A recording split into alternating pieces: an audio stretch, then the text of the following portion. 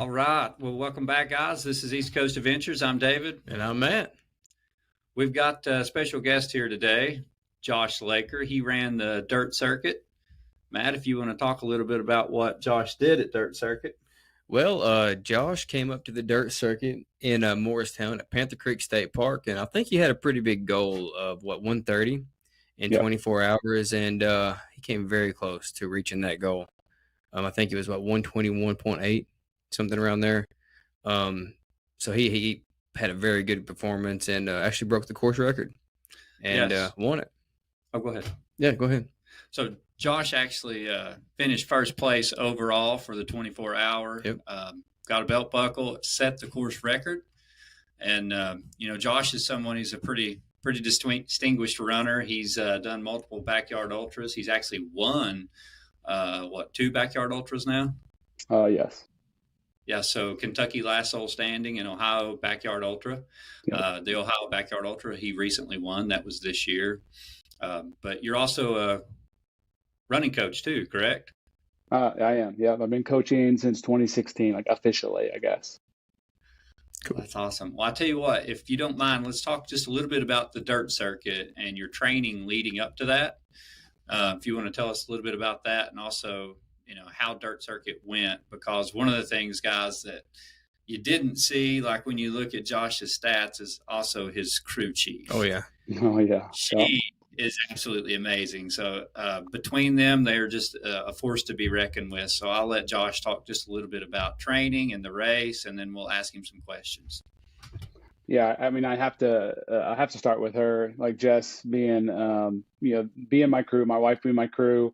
She's been at 4 backyard ultras with me, and so this is my first 24-hour race. But she just dials it in. She knows, the expectations that I have, and so she kind of just knows what to do when I'm there to get me in and get me out, or we may battle back and forth on a few things here and there, but she always wins during a race because she knows what to do.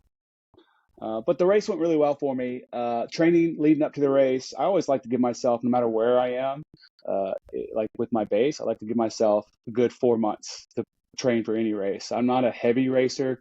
Maybe two races a year is what I do. So I did OBU in March and recovered from that. Typically don't train during the summer because it's just hot and I don't do well with it. The goal when I started this year was ultimately to get into bigs, and I was hoping to go far enough at Ohio's Backyard Ultra to do that. Unfortunately, I didn't get far enough. 220, if you think about it. I truly believe you're going to be there soon. Yeah, it's. I hope so, but it's hard to believe that 220, isn't enough. It's crazy if you think about that. But so it's not, and it wasn't in the cards for 2023. Initially had planned to do dirt circuit as the build up to bigs in this month. But then I just made it my A race when I found out I wasn't going to get into big. So it's the first time I've done a 24-hour race. Did 100, point to point 100 milers, done the OBU or done the backyard races. And to me, this is kind of a mix in between those two styles. Ohio's Backyard Ultra or Backyard Ultras, it's really all about minimizing effort and damage and slowing yourself down. Whereas opposed to a 24-hour race, it's ending in only 24 hours. And if you have a goal like I did coming into it, you get to push, you have to push the whole time. So did that change your training block then? You said you do 4 months, and I know you were planning on bigs, but did you train differently knowing that you weren't going to get that break every hour? Oh, absolutely. Yeah. So, I mean, the first, I guess it would be almost 3 months or maybe 2.5 months would have probably been the same, right? Do a high-end intensity block really far away from any kind of ultra if you have time. And then as you get closer, you start doing more specific type training. And that's where the rubber meets the road. That's where if your race is a backyard ultra, it's going to look different than if your race is a mountainous 100 miler. It's going to look different if it's I wouldn't call your race flat by any means, but fairly flat, 24-hour race. Well, it's definitely a faster course, though. That's one of the Yeah. things we were talking about when we took this race over. It's definitely a PR trail race, Yeah. just because there's not a lot of elevation. But I mean, you look so fresh coming in every lap. Me and Matt were actually talking about this earlier because Jess, she was like a full-fledged pit crew when you would come in, and like Matt said, when he would see you leave, like there was no walking. Like you ran right out of the tent and got back at it, but it was like your regimen to go in that tent. She was taking care of you. You were taking your nutrition, and then boom, you were out. So in that way, you did kind of treat it like a backyard ultra, but you just didn't take a very long break, and you were just like exactly rolling. Yeah. Right back out. How long was those breaks in between each lap? Probably on average. I mean, I did have some longer breaks later on because my nutrition plan had to change. But early on, like less than 2 minutes. Like I was literally getting in, like lubing up, changing out a water bottle. I did take my shoes and socks off and clean the feet and re-lube the feet one time. I used the Theragun here or there, but it was less than 2 minutes almost every time during the day.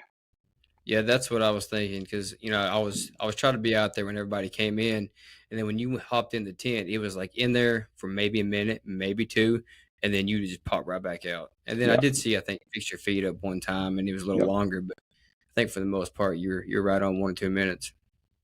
Well, and we also noticed that like you didn't take very much nutrition at all from the actual aid station. Like you had brought everything yourself.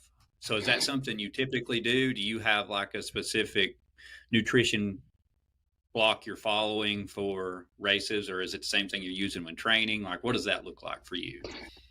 Yeah, typically, I mean, for backyards, and then this is again that kind of in between where like really you should be self-sufficient, like using what's on the Yeah. race course, you can, but I've trained with Tailwind. Tailwind typically does really good for me for most races, and then I also like had Scratch bars and Honey Stinger waffles, and that was my main plan as well as like we had real food in the tent. Like we brought cooked chicken. We make these oat bars that we take to every race. Bananas, and then the normal kind of flair of chips, pickles, things like that. Bacon, always have to have bacon. Oh yeah, bacon's a staple. So you're saying that like you shouldn't try something new on race day?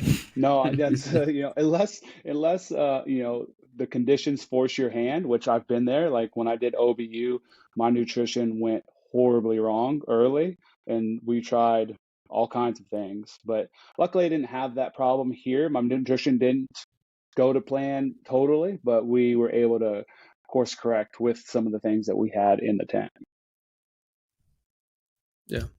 Well, you look solid all day. I mean, if you would have had stomach problems, I would have never have noticed because like every lap was coming in, and I don't know if you knew, but like by the middle of the day, people were coming up and they're like, "This guy's killing it, the guy with the mustache," and then all of a sudden, the guy with the mustache, his nickname became Prefontaine, Yeah. and then you became Pre, and it was just funny because like everybody at that point, like you had passed them so many times, they were learning who you were, and that was what was kind of cool. I mean, you got 100 people you're running around, and most of them knew who you were at that point. Oh yeah. Well, what was really cool about it too is like every time that I would pass somebody or pass them again, it was always great things to say to each other.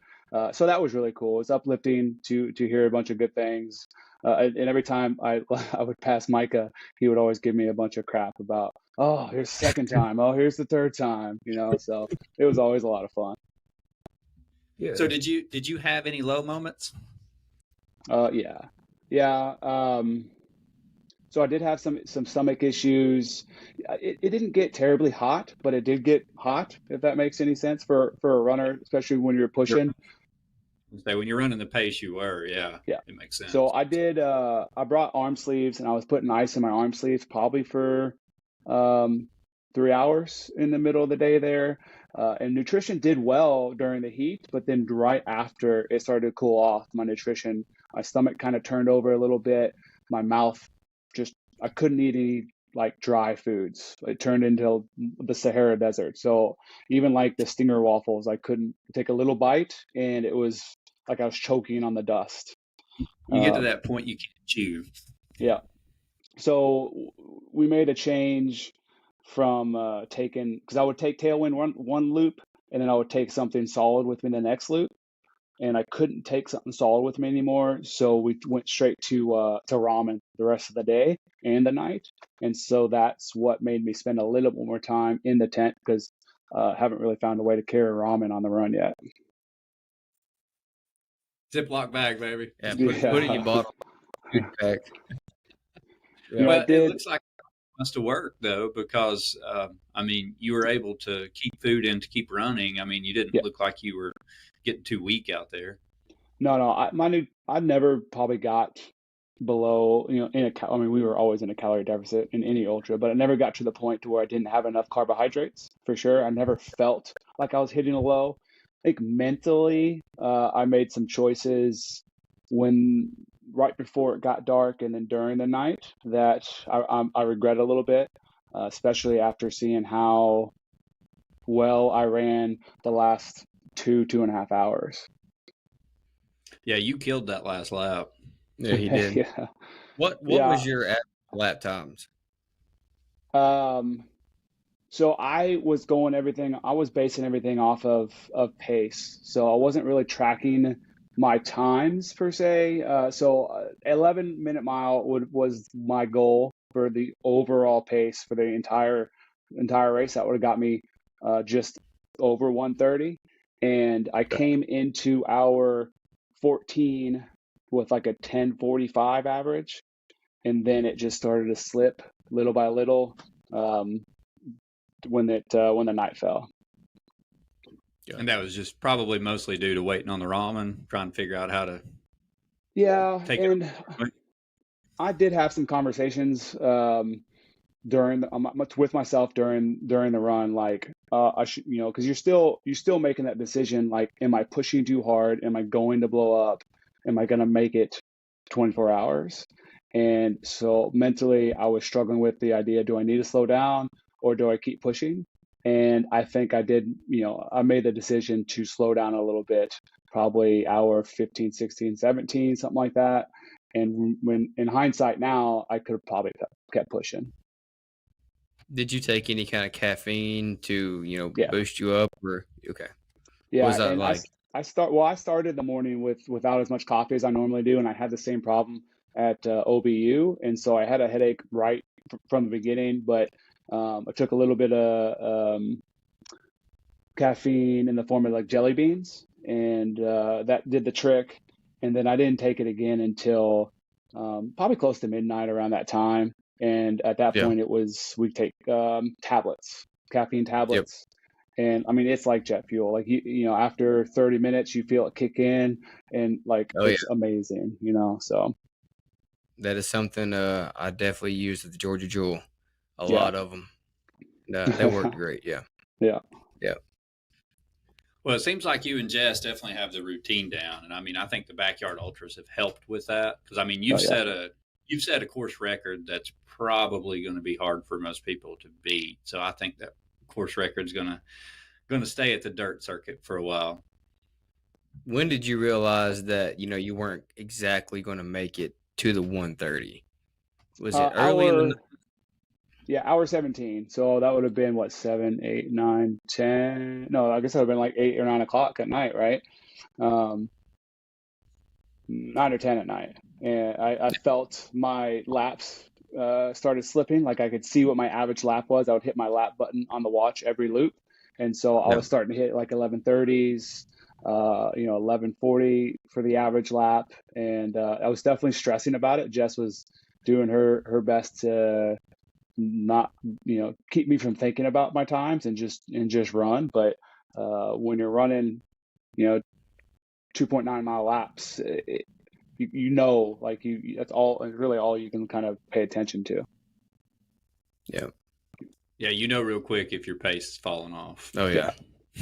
You're not hitting certain mile mark or land markers, and you're like, I haven't made it here in this time. Yeah, you're dropping back. Yeah. So now, how long have you been coaching? I, as guess Jason Coop would say, I put up my shingle in 2016. I started coaching in 2016, which, I formerly was educated. I have some, some school education, but my coaching education was USATF track and field, USA track and field level 1 in 2014, I think it was, and then I, officially started coaching as a business in 2016. So did you start coaching because you were already a runner, Oh or yeah, how did you? yeah. So So I how long have you got been? running. So I grew up running, like in high school. Well, no, not in high school, but like in junior high and all that.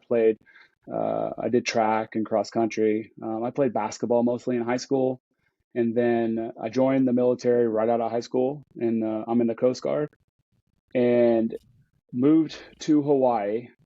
And like my story of how I got back into running was I was visiting my brother who, 100. what's that?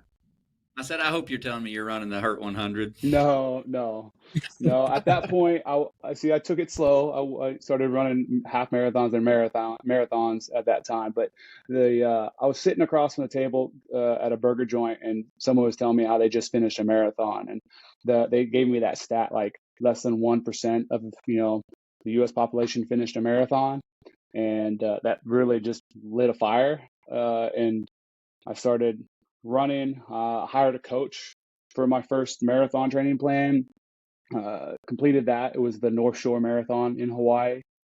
And then Oh, that's really, cool. yeah, it was cool. It literally ran along the coast and then ran all the way back to where you started. So it was a neat race. But I really got into like the idea behind running, how to get better, and got my bachelor's in exercise science, and then got my master's in human performance, and then really like just kept trying to learn about running and exercise science and how to get better. So do you coach all runners, or do you have a specific? Do you coach ultra runners or marathoners, or do you just Yeah, coach anybody that wants to? yeah. I mean, I coach all types of runners, all ability levels. I'm coaching someone who's training for a 10K right now, marathon, all the way up to the ultra distances. But my niche Yeah. is ultra marathons. Like that's who I speak to when I talk on social media. But I think I definitely have the ability to coach all levels of runners. But ultra marathon is my niche for sure. So when did you start the kids cross country coaching? How did that come about? So we can blame Jess for that. She's really been my catalyst to do things. So been in the military, still in the military, moved around 9 times in 22 years, and we live in Prospect, Kentucky now. And I'm done. We're not moving again.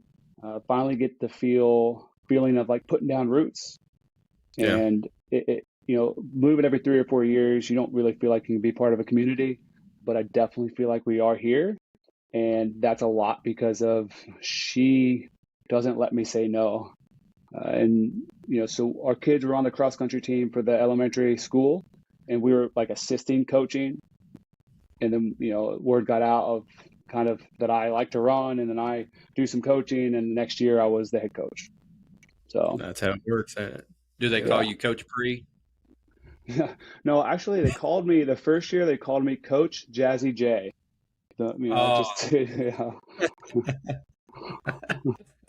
And this Oh, this man. mustache isn't a thing that I keep year round. It's something that I grew out for. I started doing it last year for the cross country season, and then twice during the cross country season I dye it this color. I dye it blue for two key races, and so I'll dye it again next weekend for the state meet, and then I'll shave it all off. Oh wow. Do they Yeah. know who Steve Prefontaine is? No, probably not. Definitely Oh, probably not. you gotta Yeah. tell them. You gotta tell them who that was. that should be like part of cross country running It and should anything. be. You have to start with that movie. Yep. Yeah, Both for of them. sure. Play all three of them back to back. Maybe even sprinkle some McFarland in there. Oh yeah. Make them watch that. Yeah, that is a good one. So let's talk a little bit. Let's back up then, and let's talk a little bit about we've went through dirt circuit. Mhm. Uh, and you said your goal is to get to bigs, which I think that's you're going to be your goal for next year, right? Like you want to go to bigs. I mean, I Is that do want next to go to year? bigs. Yeah, 2024 is the individual. No, it's the team championship. So a win at OBU gets you in regardless. It's a silver ticket race. Yeah. A win at Capital Backyard gets you in regardless. But it's such a logistical challenge. We have 4 boys here, and planning to go to a race and telling and setting all the things in place, saying I might not be back Wednesday, I might not be back there. It's tough, and it I adds a understand toll. that. Yeah, and so I don't know. I do. Biggs is still Jess probably won't let me let it go. She, it would be great to go back to OBU and defend my crown. You guys got me intrigued about that the Conquer race Oh in yeah. late January. Yeah. So I'm not really sure what the future holds when it comes to racing, but it's still a goal to get to OBU. I mean, not OBU, but Biggs. So we'll see. It's still up in the air. Right now, Yeah, I'm just having fun, enjoying running without a focus. Well, I think definitely you should not give up on it because I mean you've put too much time and effort into the backyard Yeah. ultras. I mean, Ohio this year you finished with what two?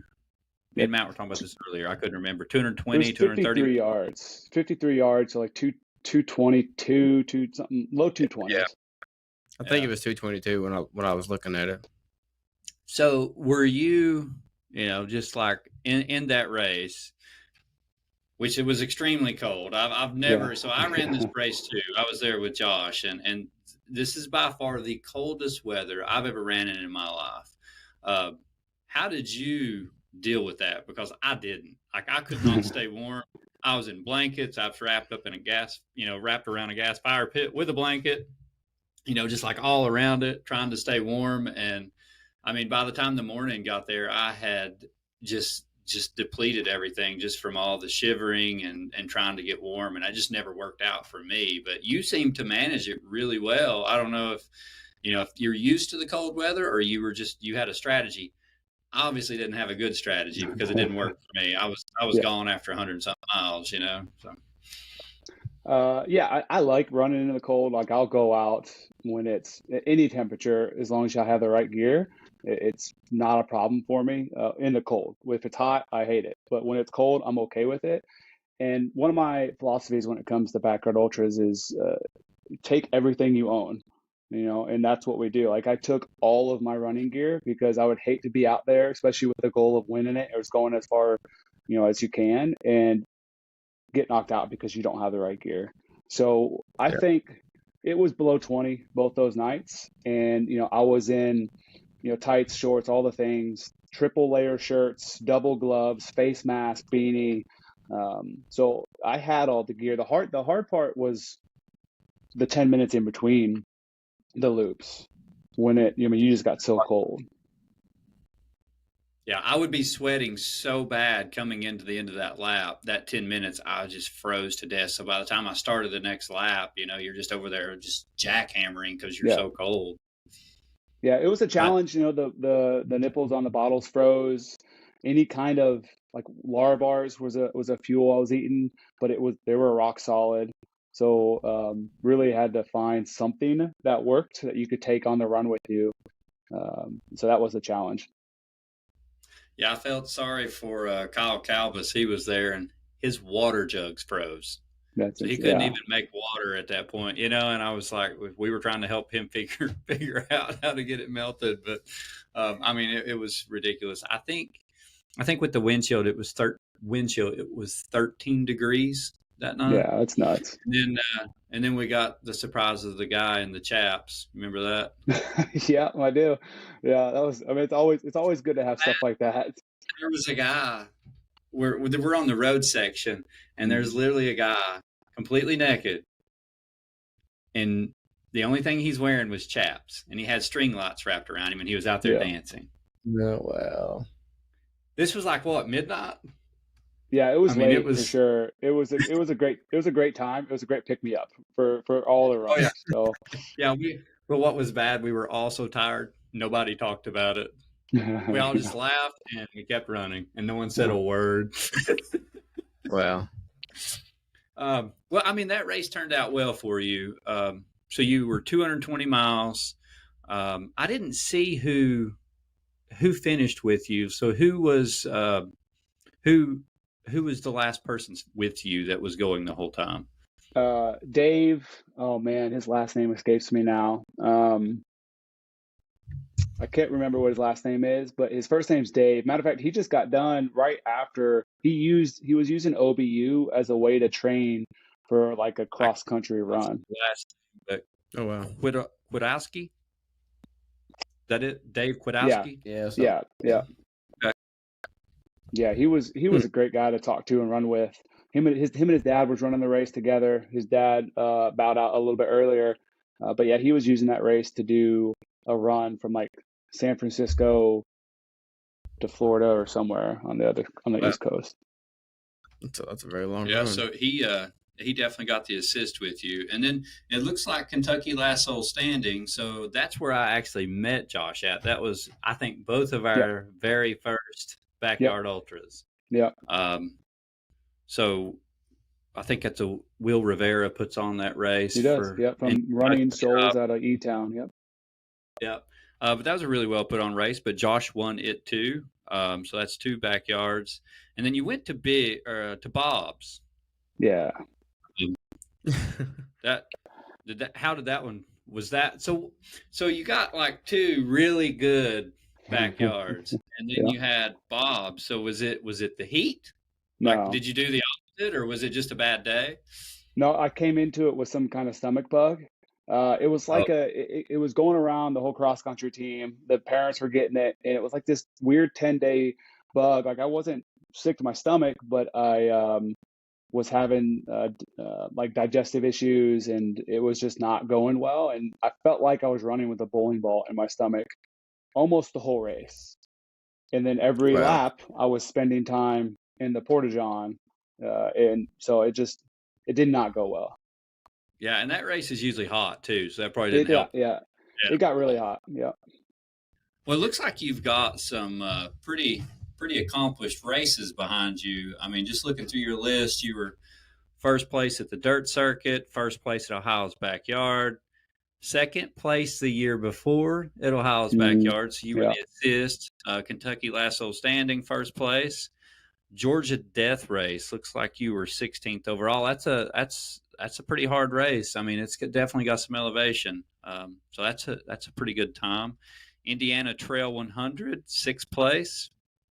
Breaks 45 miler, 6th place. Shawnee, first place. I mean, you've definitely got some races behind you. The Yeti 100, 2nd place, 17 hours. I'm going back to that race. Are you going back to Yeti? Yeah, I want to run sub. I don't know if it's possible, sub 16, but it's kind of a goal of mine.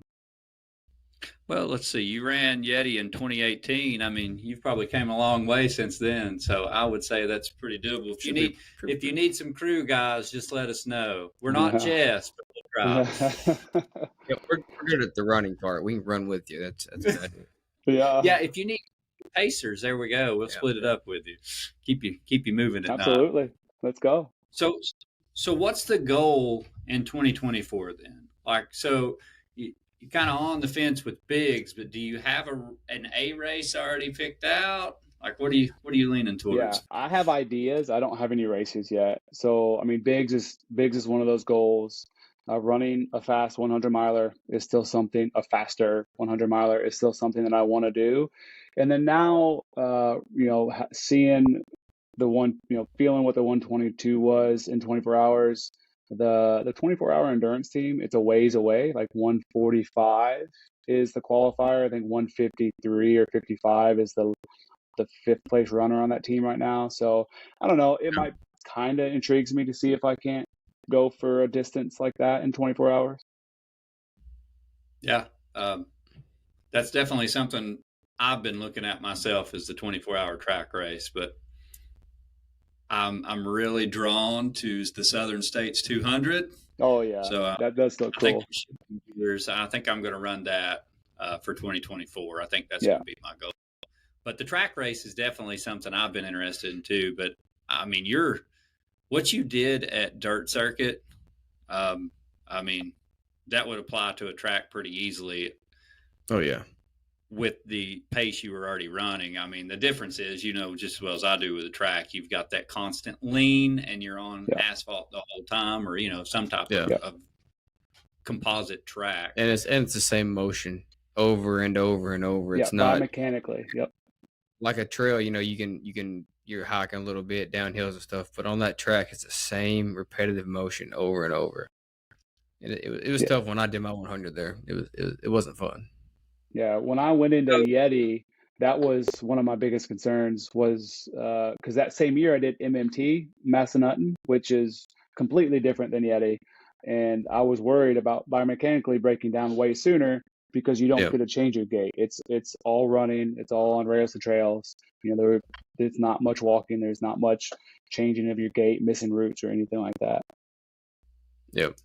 Yeah, and you feel that race for days. Oh yeah, when it's like that. I mean, it's something that it's a different type of hurt for sure. Well, like I can go do a fast 50K, and it doesn't hurt that. It hurts, but it doesn't hurt that bad. But then when I get done with the marathon, it's like I can barely walk for 3 days. It's like it's crazy the difference that you feel. So I want to ask you a couple questions real quick. Especially for some of the people that's listening, because some of the crew that's listening to this are newer runners that's listening to our podcast. So like take Micah for instance. You got to spend a lot of hours with Micah, and for Micah to go from 40 miles to 90 miles, and let's say like that's your athlete, what advice could you give someone that's trying to get into ultras or get into their first 12 or 24-hour race? Like, that's some of the questions we get asked is like, what type of training should I do? Or, how do I keep running? That's some of the questions we get too is like, if I'm doing a 12-hour race or I'm doing a 24-hour race, I usually at some point I can only the last half of it or the last third of it I'm walking. Yeah. What advice or training? I mean, what kind of tips would you give these newer runners that's getting into this? Even like Micah.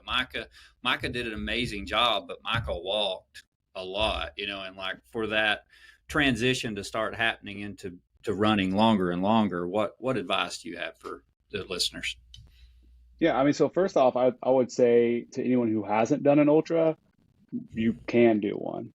Like I truly believe that everybody in this world can do an ultra, right? It's about proper training and leading up to a race. But without a doubt, anyone in this world can do an ultra marathon. So the thoughts that go through a bunch of people's heads that I can't do that, I think is a total fallacy. And with proper training, you can. Yeah.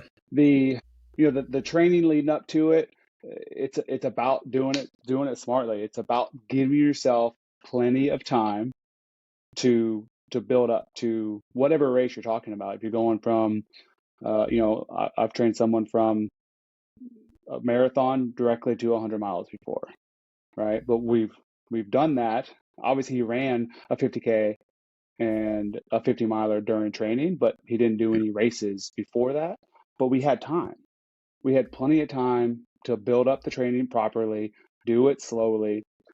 I love to run, right? That's why I coach. That's why I'm involved in it. And I want to train myself in a way that promotes longevity so I can continue to do this for as long as I want to. And that's one of my philosophies with coaching is that I train my athletes in the same manner. Yes, we can achieve these or strive to achieve these really high goals, but we're going to do it in a way that's smart. It's going to keep you running. We're not just going to beat our heads against the wall, get you through the race, and then you're going to be injured. I want you coming back, after you're recovered and able to train some more with a lot more base behind you. No, that's great advice. That's good. I would assume that training is probably applies to all your runners, but like ultra runners, you're probably working more on endurance, whereas like your cross country team, you're probably focused on speed. So do you break that down differently with them and how you apply those techniques? Yeah, I mean the cross country runners are completely different because it's K through 5. Regardless of what some of the Wild parents bunch. think. Yeah, regardless of what their parents think, like they're there to have fun. I'm there to foster their love for running. We're not making superstar athletes in elementary school. Okay, so Yeah. um, I want them. We have 93 kids on the team, and I want every Wow. single one of them to choose to continue to run on their own. Right? Not, some of them are there because their parents want them there, and you can quickly tell who that is. But I've converted a lot of runners who've been told to go to cross country to now I want to, because Yeah. it's about having fun with them. It's about, we're going to put in work, we're going to do hard stuff, but you also have to make sure that they're having fun when they do it. So that's completely different for that group. For ultra runners, we still want to have fun when we do it. If we're not having fun, we're probably doing something wrong. But let's be honest, right? In a 4-month, 6-month training block, there's going to be periods where it's just going to suck. You're not going to Yeah. want to go run. I do a lot of my training solo, and that's okay for me. But for some people, it's really hard. Yeah, that's about how we do our training. Most of it's solo, and then we try to get maybe once a week. We try to like a couple of us get together and actually go Yeah, do a run together. But it's mostly solo. yeah, Yeah, I almost, and we're all different, and I know I'm definitely different there. But I prefer to run by myself. Yeah, Even in races, sometimes me and Matt will run the same last man standing races, and I just can't stand to be behind somebody messing up my gait. So I have to yeah, kind of move and get around them so I can run. And people will be like, looking back, like, "Where's he going?" He's like, "I don't want to run with him." yeah. Like we did yeah. LC at the beginning of the year, and David, he was coming off rhabdo, and Oh well, he yeah, took off. He took off for the first what, I don't know, hour, 2 hours, Yeah. and the people that were running, like, why is he in such a hurry? I'm like, he hates being behind people. He hates it. I said, once it starts thinning out, he'll drop back and fit in. I said, but he hates all these people, because once you get in certain sections, you're bundled up, yeah, and you're climbing or whatever, and you're just stuck. So, yeah, And that's where, like what you're talking about, like some runners need somebody and mhm, some prefer to be by themselves. And I mean, if I run with somebody, unless it's someone like Matt or Mike or someone that's, used to running longer distance at that pace, yeah, I would just prefer to kind of be by myself because it's kind of like my mindfulness. That's my release to get away from everything. Without running, I would probably go crazy. oh, I definitely would. So and I don't know how that is for you if you prefer to run with people or without, but it's kind of interesting to see because just like you said, some people have to have that group to push them. yeah. Yeah, I mean, the accountability is huge, for one. Like, so when eh, when you're in that period of training program where it's just hard to get out for a run, it's always easier when you know someone's standing at the trailhead waiting on you, right? So I'll Yeah, say that, but I'm with you, David. Like running by myself, I'm totally okay with it. At last, no, at Kentucky Last Soul, we had that big grassy opening field. I was always out in front there because it's the same thing. Like I was walking the ups and walking some of the downs and would get past, but then I was able to run a little bit faster on the flats.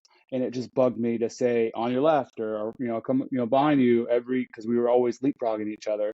So I just made the decision just to go out early and get ahead of a bunch of people, and I wouldn't see many people until maybe the last mile. So I get it. I'm the same way. I think me and you are very similar because I think there was like maybe 5 people left in that race. That's when I finally met you. Yeah, We yeah, never yeah, the whole time like we were yeah. both just trying to keep our distance from everybody. So like when there was like 4 or 5 people around, we're kind of looking at each other then like, who's this guy? yeah. I've not seen him. Start eyeballing people. That's right. That was fun though. But okay, so you got your cross country runners, you got your endurance runners. Do you coach a lot of marathon runners too? No, I mean, I coach a lot of ultra runners. Like I'm coaching a person for the rock and roll Houston Marathon currently. So I do coach marathon runners, but mostly ultra runners. Do you work with them on their nutrition too? I do absolutely. The the sports nutrition comes along with it. Like you have to, especially with ultra running, you have to train the gut. You have to figure out what's going to work for you during training, so it doesn't bite you in the butt during the ultras, right? It's an Yeah. eating competition with a little bit of running, right? We've all heard that, and it's true. You need to eat when you're running an ultra marathon, and you need to figure out what's going to work for you, how many calories you can take in, how much sodium you need, all of those things during training. I hope you And guys are listening. He's giving you free advice right now. and Yeah, then that and on top of that, the sodium thing, it took me a while to figure out yeah, that I was always below on the sodium, and I would cramp up and just bonk a lot until I finally figured that out. During training and racing enough, I figured out I gotta have sodium. But yeah. On top of the race nutrition, though, that's if we're running, even if we're running 7 days a week, our sports nutrition accounts for 10% of our diet, over the yeah, whole week. So what we're eating 90% of the time is our daily nutrition. And to me, that's way more important. That has a way bigger effect on how we perform day in and day out. So I also help my athletes with their daily nutrition as well. That's a okay, lot of work. that is a lot of work. It is, but I enjoy it. And it's really super simple once you break it down. It's not about counting macros. It's not about counting calories, unless you're super low or super high. Then we have some problems. But um, most people are super low when we're talking about ultra runners. You're always trying to get people to eat more food. But then it's just about eating real food. You can enjoy the pizza and the beer and all the other things sometimes, but majority of times, just eat real food. So is the coaching, is that your like main thing that you do, or do you get like another job or whatever? Yeah, so I'm still active duty in the military. Okay. I've been in 22 years. I've started the Yeah. coaching business in 2016 as a Yeah. kind of to make a bridge, right? So when I do retire from the Coast Guard, um, the boat's closer to the dock. I don't have to make Yeah. as big of a leap, and Yeah. I can make that transition a little bit easier. Gotcha. Well, you've definitely, the good thing is you've definitely built a resume to show Yeah. what your training can do. And I mean, you've obviously have some successful athletes as long as you've been coaching, and coaching 90 children has to, test your Yeah, patience. So, I mean, yeah. obviously you're a pretty successful coach. So, if people wanted to reach out to you about coaching advice, or even looking for a personal trainer slash coach, uh, or nutrition, Mhm. how would they get a hold of you? Like, what would be the best way to contact you? Yeah, I'm Four Cycle Runner is my coaching business. It's the number four cycle runner. And so Instagram, my Facebook page, or fourcyclerunner.com is my website. But honestly, though, you talked about, you know, giving free advice. That's what it's about. It's about being able to share advice to those people that don't want to reach out for a coach, Yeah. or have questions. It's about sharing all that advice. So yeah, Instagram is where I post most of my things, anyways. Well, and the good thing about like ultra running is the community. Just like you, like if someone reached out to you for advice, you're probably going to give them advice, and that little bit Mhm. of advice they're never going to forget. Oh yeah.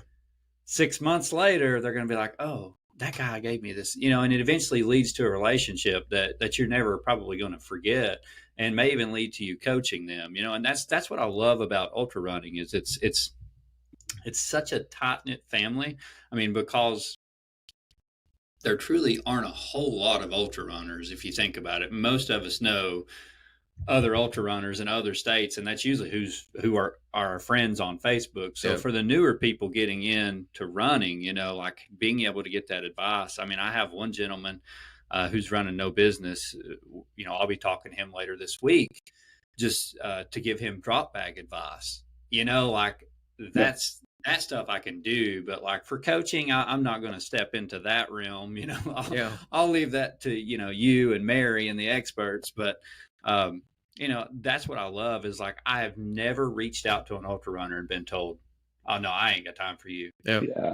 Yeah. Yeah. And that's what I love. Like, I mean, I've seen that from you at races where you're trying to help other runners. I've seen you talking to other runners. Even like lapping runners, you're still talking to them and you're forming a relationship, and people don't forget that. And that is the thing that I love the most about ultra running. And you're building a large family just with your athletes and your coaching. And I can tell from your personality, your athletes probably follow you to a T, as far as what you're asking them to do, because I mean your resume speaks volumes as to what your training does. So I would love to,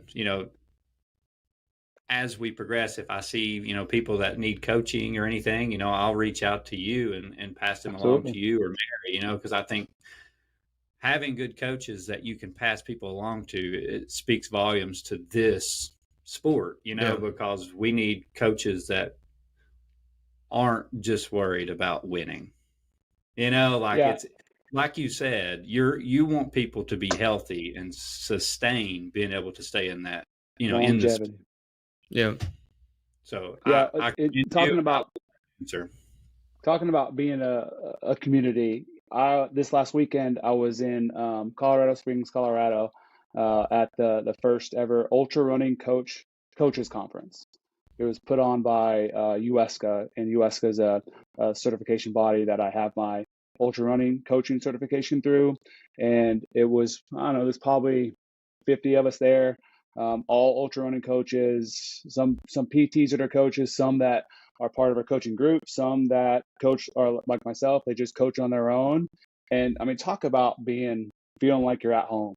I mean, everyone like-minded, trying to do it the right way and stay educated about coaching and the methodologies and some of the fallacies about what we hear in running and some of the new science behind it. So it was super neat being there. So that was all for coaches? Yep, all for coaches. Oh, that's pretty cool. So did you know a lot of the coaches there? You know of people like CTS is a big conglomerate of coaches. So like Jason Coop was there and a bunch of his CTS coaches. Uphill Runners, which is another group of coaches, were there, and some other names that I was aware of. Relentless Forward Commotion, she was there. She's big in the strength portion of running, and she also coaches runners as well. So, see, that's pretty awesome. I mean, even the coaching or the coaches, it's just that community. Yeah, it just that's the thing that drew me. I went to my first trail race and got kind of hooked, but then when I've done my first ultra, I was like, oh, I love this. It's just so laid back. Like people were finishing a race and opening a beer, and I was like, people actually talk to you. Yeah. I mean, it's amazing. When I first started running, back running before I started running with these guys, East Coast Adventures, I would go to some of the road races, and they would just stare at you. Yeah. And like, well, you don't fit in with us. Who are you? And you do your race, and you get done, and they're like, "Yep, don't know who you are, gone." And then you start running like trail races and ultra races, and they're like, "Hey, great job, blah blah blah." You get done, and they're talking to you. This your first one. How you doing? You like it? And it was completely different vibe from the road to the trail. Yeah. But now I think the races that we put on, I think a lot of it has crossed. So you got a lot of the road runners coming over to trail. So now it's like a mixture, which is really cool to see that they're actually trying something different. Yep. So Josh, we've got some questions from listeners. As long as Matt doesn't lose the list, right here on my Instagram, we'll have more. There we go. On this podcast. Well, I think we've actually got some of them already answered. Like, what was your training plan? You've already covered that. Did you have any lows? We've already covered that. Here's one that I don't think we have. What was the highlight of the race, of the dirt circuit? So it highlighted twice for two different reasons. Right after it was the same situation, the same scenario, but that little girl that was standing in the front of the starting line Yep. right before she's part of a relay team. She was trying to talk to her mom about saying they couldn't hear each other. She said something about who's number two, who's the second relay, and the mom's like, "Are you asking me? Am I the second relay?" And she's like, "No, who's it is? Who's it gonna be?" And the mom's like, "Oh, I'll just find out. I have time." And she's like, "No, you don't. Like, I'm gonna run this really fast. You better find that out quickly." It was the best way to start a race. And then again at the end of the race, when the photos were released, who was the photographer? Nick Morgan. Nick. Yeah, he took some amazing photos, but that he took a photo of that girl standing there, right? She's waist high of everyone else around her, but that like tells the story of trail and ultra running right there. Not that we have kids doing ultra events, but we can have kids standing at the start line of an ultra event like that, and it just amazes me that it's acceptable. It's totally fine. Everyone was on. It was just so cool to see, and the picture is amazing. Yes, I saw where you had shared that, and Yeah, you made a statement about it was awesome and stuff. That it was. She looked excited the whole time. All those little kids yeah. did. I mean, they were fast too. Yeah, there was one kid that ran that loop in 23 minutes. Oof, And I think yeah, so that was the 12-hour relay. That was the Romas, I think. maybe I don't know. Dirty Bird, but they had some. they weren't ready for him when he come back. Some of the little kids. I think one of them said. I think they were just running by themselves. I don't think they were on a. Some of them weren't even on a relay team, and they ran a lot of miles. They did. Like I think the mom did the 12-hour, or I think they all did the 12-hour, and they were talking excited, like, how many miles you do? How many miles you do? Yeah, And that's cool to see that, the little kids are looking forward, how many miles did I get? It excites them instead of just like, oh, mom's making me run again while we're out here. yeah, They were excited about it. And that was really cool. yeah. And we got, I shared a half a lap with a kid named Boone. His dad was trying to get in, I think 53 miles or something. I came up behind him, and he was running with his dad. And I said to his dad, I said, "You must be having a great time." And he said, "Best day of my life," which was amazing response. But then his son left him and was running with me I remember from that. the back side of the course all the way up to the finish, and we chatted the whole way. And he was telling me how many laps he's done, and I asked him if he runs cross country, and he said no, but I'm gonna start next year, which is awesome. And so that moment was cool too, sharing that mile and a half with Boone from on one random lap. He just happened to be out there with his dad. I remember That's his, awesome. his dad came in and he goes, he left me and went ran with him.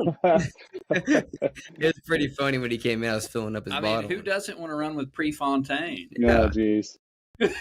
So Now I gotta keep the mustache. I know, right? the I like it.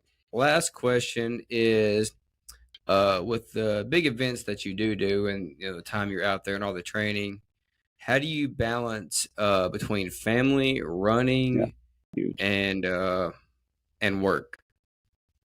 Yeah, I mean that's a huge question. Well, and that's one of the biggest things that I like to sell as a coach is that you can balance active duty Coast Guard member, right? I have a coaching job. I volunteer with cross country. We're opening up a CrossFit gym. We have 4 boys doing 4 different sports, right? We have all of these things, uh, but you still can find time to train for an ultra. It doesn't have to take over your life, right? Your fitness can fit into your life. It doesn't have to take over your life. So that's my soapbox spiel about that. But how do I do it? And it's Jess. It's my wife. She, it's a communication between her and I. She has her goals with CrossFit and starting her business there. And, we just manage it. Sometimes it's waking up early and getting a run in. Sometimes it's not getting a run in, even though it's on the calendar, on the schedule. And I'm okay with that because My training doesn't take my life over. We make it fit into our life. Gotcha. Yeah, I like that. That's a good answer. Yeah. Yep. I think you've said that a time or two before. It looks like you're pretty passionate about that. 100%. Anyone can run and train for a marathon or an ultra marathon. No matter how busy you are, it's possible. Well, and I mean, that's very true. Fitness needs to fit into your life. It doesn't need to take it over, because some people can make it unhealthy. Oh yeah. 100%. So I think that's great advice, and I think that's a great answer. I couldn't have said it any better myself, and it sounds like you've said it a few times. So yeah.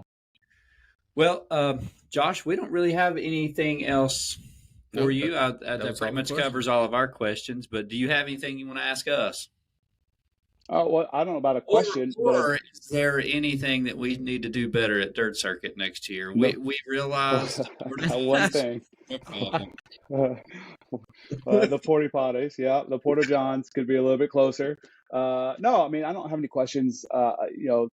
Thanks for doing what you guys do. Right, it takes a ton to bring all that gear out to remote locations and set it up and be able to do it in a way that felt seamless for me as a runner. So thanks for what you guys do. Having the venue to set up moments like I had with Boone, right? To see the photographer taking a shot of that girl at the start line. Thanks for setting all that up. Well, I got to say, Nick is just absolutely amazing. We're blessed in this region with some really talented photographers. With you got Dick, Misty, Ashley. I mean, there's several that are really good, and we're just lucky that they work our races and they have fun there. So I think out of all my photos, Nick has got at least the top 10 of my favorite pictures that is posted everywhere. Nick does a great job, and he actually cares. He cares, and he's not out there just to do it. He actually cares, and he's a runner himself, so he knows the angles and all that stuff. Yeah, he had an Ironman. Didn't he have an Ironman or something the next day? What y'all say? No, he was taking pictures for the Ironman. Oh, okay, that makes more sense. Every time I passed him, middle of the night, because he had to be at Ironman at like 5 or 6 in the morning. Okay, yeah. Dang. So Nick is very talented. Yeah. So he's a very he's a good problem to have. Yeah, he's requested a lot by some of the local races, so he's constantly traveling around. But yeah, we're blessed, and thank you so much. I mean, we both just appreciate you coming out here, and that's why I was trying to get you to come out to Dirt Circuit to begin with, because I thought you would have fun, and also I thought you would be a really tough competitor out there. That's why I tried to get you, Casey, and a couple others, and y'all made it fun. I mean, you all had a good time, and it was fun. And I mean, you earned a belt buckle, set the course record, and we love our runners, and we love the ECA family. And I mean, anytime that you want to come run with us, you please let us know. Just reach out. Absolutely. Thanks for having me. All right, guys. Well, this is Josh Laker. You can find him, like he said, on Instagram or Facebook. 4, that is the number 4 cycle runner. If you need coaching advice, help, anything else, please reach out to him. He's an awesome ultra runner and a great person. And if you need crew advice, though, I'd talk to his wife. Yeah, 100%. She's it's a package deal. She'll come in and give some advice while I'm coaching. There you go. See, well, guys, it's Josh Laker. Josh, take care, man. Thank you so much for being on. Thank you.